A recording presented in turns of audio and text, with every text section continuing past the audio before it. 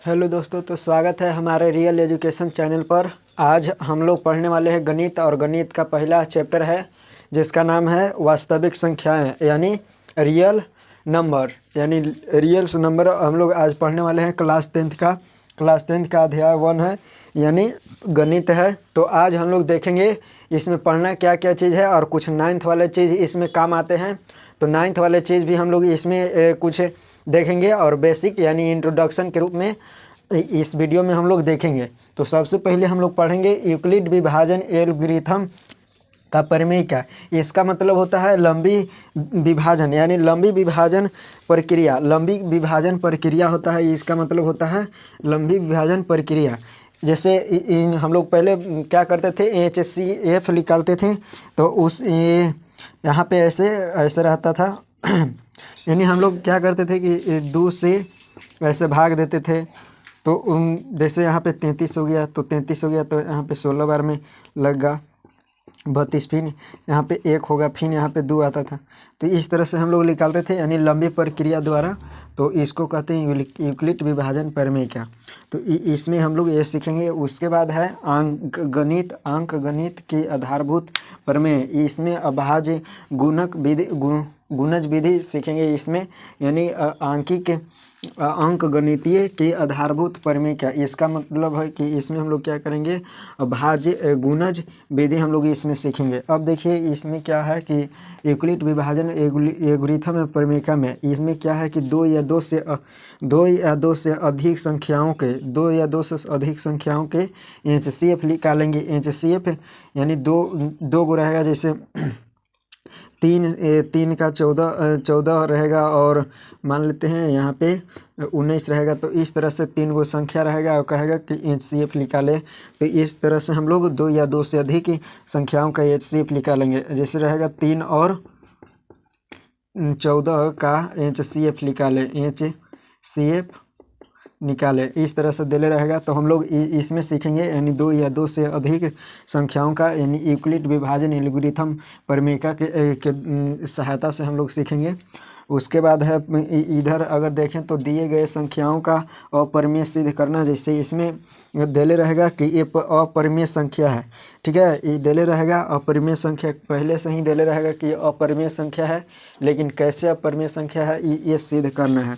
जैसे मान के चलिए √3, √5, √7 ये सब सारे अपरिमेय संख्या, लेकिन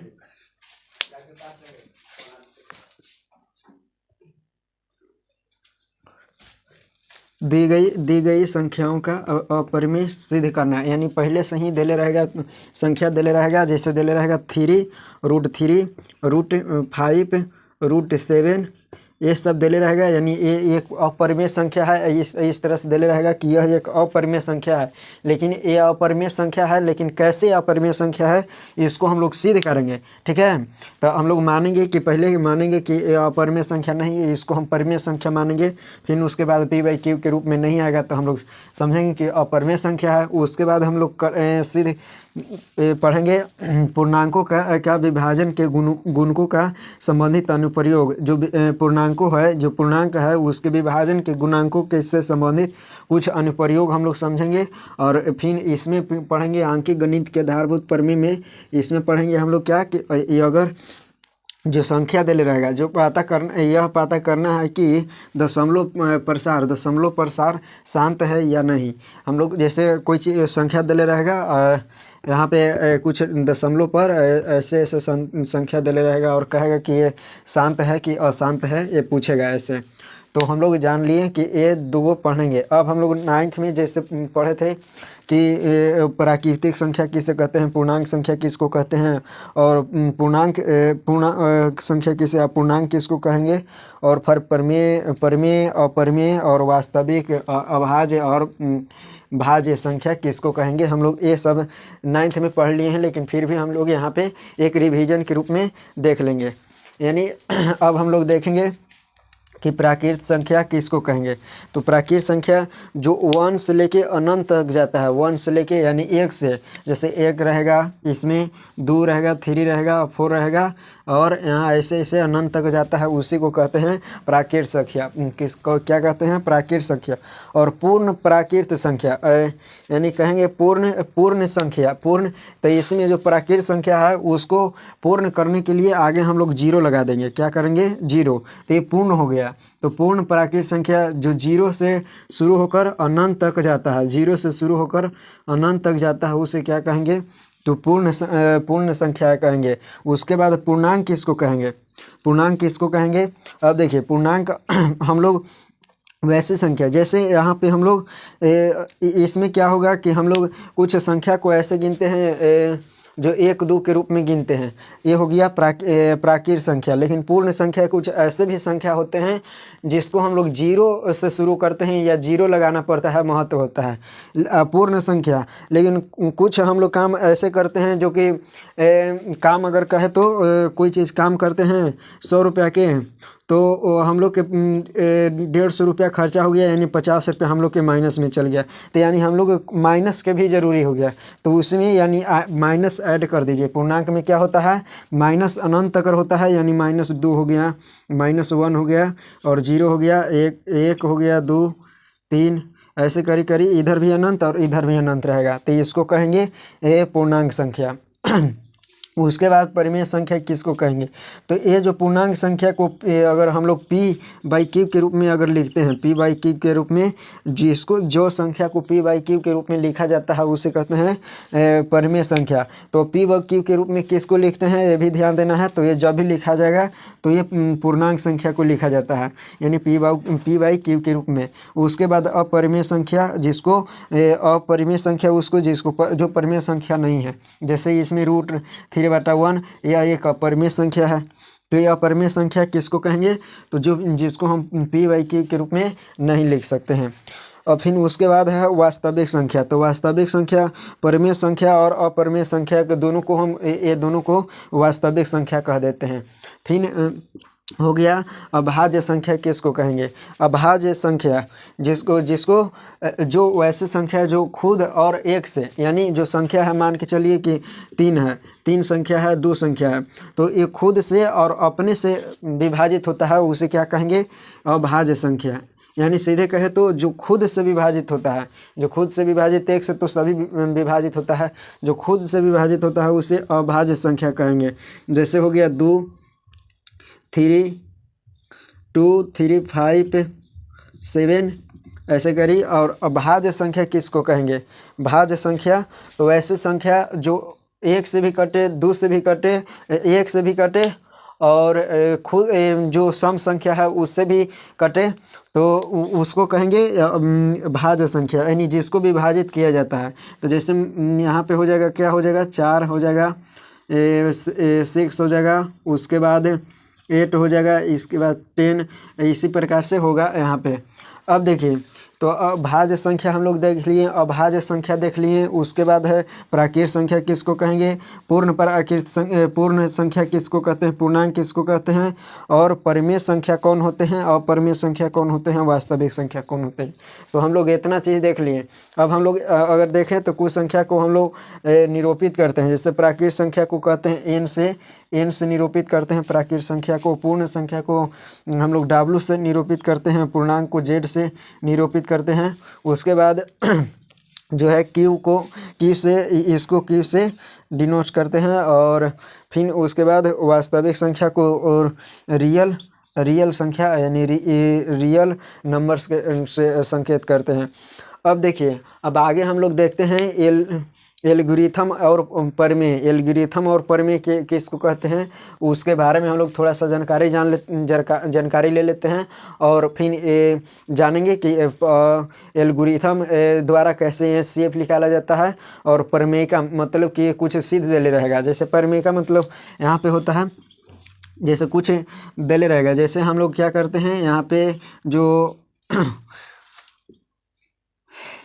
पाइथागोरस पर में क्या कहता है, तो यहाँ पे ए बी के स्क्वायर प्लस में बी सी के स्क्वायर बराबर में ए सी के स्क्वायर, यानी ये बराबर होता है। बस इसी को क्या कहेंगे? परिमेय का। यानी कुछ जो गणितज्ञ थे वो कुछ सिद्ध करके दिए थे, उसी को बस परिमेय का कहते हैं। तो हम लोग आगे देखिए तनिषा। और तो अब हम आगे देखते हैं कि एल्गोरिथम किसको कहते हैं और परमीका किसको कहते हैं। तो देखिए परमीका और एल्गोरिथम किसको कहते हैं। तो सुपरिभाषित चरणों की एक श्रृंखला होती है।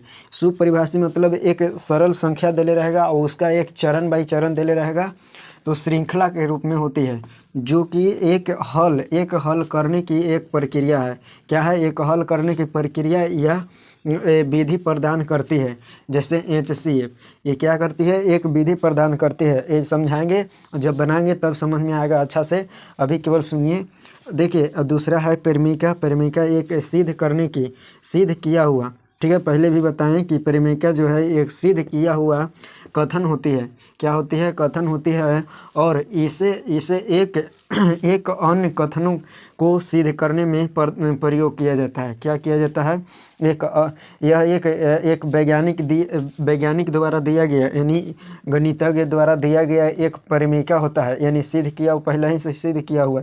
जैसे बताया था कि यहाँ पे पाइथागोरस जो थे वो पाइथागोरस एक परमीका दिए थे, तो पहले से ही सिद्ध किया है। अब उसके सहायता से बहुत चीज़ सिद्ध किया जाता है। तो ये परमीका हो गया कि एक सिद्ध किया हुआ कथन होता है और इसे एक अन्य कथन को सिद्ध करने में प्रयोग किया जाता है। अब हम लोग आगे जानते हैं परमीका यूक्लिड और विभाजन परमीका किसको कहते हैं। यूक्लिड विभाजन परमीका। तो देखिए दिए गए दो धनात्मक, याद रखिएगा यहाँ पे धनात्मक यानी पॉजिटिव की बात। दिए गए दो धनात्मक पूर्णांक बताएं। पूर्णांक जैसे अभी बताना कि माइनस प्लस दोनों में एक हो सकता है, प्लस माइनस में दोनों हो सकता है, 3 प्लस माइनस 3 हो सकता है। तो ये माइनस नहीं, यानी पूर्णांक है लेकिन माइनस नहीं। जब भी होगा तब पूर्णांक होगा लेकिन माइनस नहीं। जैसे दो धनात्मक, जैसे 3 रहेगा और 10 रहेगा, उसके बाद 4 रहेगा और 16 रहेगा, यानी दो संख्या जरूर देले रहेगा। दो संख्या यानी धनात्मक जरूर देले रहेगा। तो देखिए दिए गए दो धनात्मक पूर्णांक को ए और बी कौन किसको कहेंगे? जो देले रहेगा। यानी मान के चलिए कि दिया है 3 और 12, तो इसको मतलब कि ए हो गया ए, इसको कहेंगे ए और इसको कहेंगे बी। समझ में आ रहा है? देखिए दिए गए दो धनात्मक पूर्णांक को ए और बी के लिए ए ऐसी अद्वितीय पूर्ण हो संख्या है जो क्यू और आर के विधान में की है। जैसे यहाँ पे देखिए, यहाँ पे ए है, यहाँ पे बी है, यहाँ पे क्यू है, यहाँ पे आर है। जैसे अब यहाँ पे दिया है, जैसे एगो फॉर एग्जाम्पल लेते हैं, इसको मिटा देते हैं पहले। तो एक एग्जाम्पल द्वारा हम आपको समझाते हैं कि दिए गए दो धनात्मक। देखिए हम लोग एक एग्जाम्पल से इसको, यानी ये जो दिया गया है इसको हम समझते हैं एक एग्जाम्पल के माध्यम से। यानी ए रहेगा, बी रहेगा, क्यू रहेगा, प्लस में आर रहेगा। अब हम लोग समझते हैं यहाँ पे जो आर के वैल्यू रहेगा, आर के वैल्यू कहाँ रहेगा? तो 0 के से बड़ा या बराबर रह सकता है, 0 से बड़ा या बराबर। उसके बाद जो बी के वैल्यू रहेगा वो आर से हमेशा बड़ा रहेगा। तो आइए आगे हम लोग समझते हैं। जैसे एक एग्जाम्पल है, इसमें 3 और 14, 3 और यानी 3 और 14 ये पहला एग्जाम्पल है। देखिए अब हम लोग इसको करते हैं यूक्लिड विभाजन एल्गोरिथम से, इसको हल करते हैं। तो यहाँ पे हो गया 14, यहाँ पे हो गया 3। अब इसको करेंगे, भाग देंगे कितना से? तो इसको देंगे 4 से भाग, यानी 12 बार में यहाँ पे 2 होगा। उसके बाद अगर इसको 2 हो गया, इसको यहीं पे छोड़ देंगे कि इसको कहेंगे, तो ए कहेंगे यहाँ पे 14 को, 14 हो गया ए।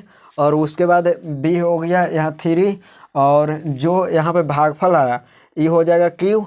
अब यहाँ पे जो आ रहा है, यहाँ पे हो गया जो शेषफल आया, इसको कहेंगे आर, इसको कहेंगे क्यू और इसको कहेंगे आर। तो देखिए अब इसको कहेंगे ए और इसको बी। अब देखिए हम लोग यहाँ पे लिखते हैं, यानी ये सूत्र पर लिखेंगे तो ए बराबर हो जाएगा बी क्यू प्लस में आर। तो अब देखिए यहाँ पे ए के वैल्यू कितना है? 14, बराबर में बी के वैल्यू कितना है? 3, क्यू के वैल्यू कितना है? 4, उसके बाद आर के वैल्यू कितना है 2। अब इसको अगर हम हल करते हैं तो बराबर में 14 आ जाता है। तो बस इसी को हम लोग क्या कहेंगे, यूक्लिड विभाजन एल्गोरिथम, ये यूक्लिड विभाजन प्रमेय का, इसी को कहते हैं यूक्लिड विभाजन प्रमेय का। आप सभी को समझ में आ गया होगा। इसको आप नोट कर लीजिएगा। और इसके बाद हम लोग अगले वीडियो में एग्जाम्पल यानी उदाहरण से शुरू करेंगे और प्रश्नावली से शुरू करेंगे। तब तक के लिए इसको यही वीडियो को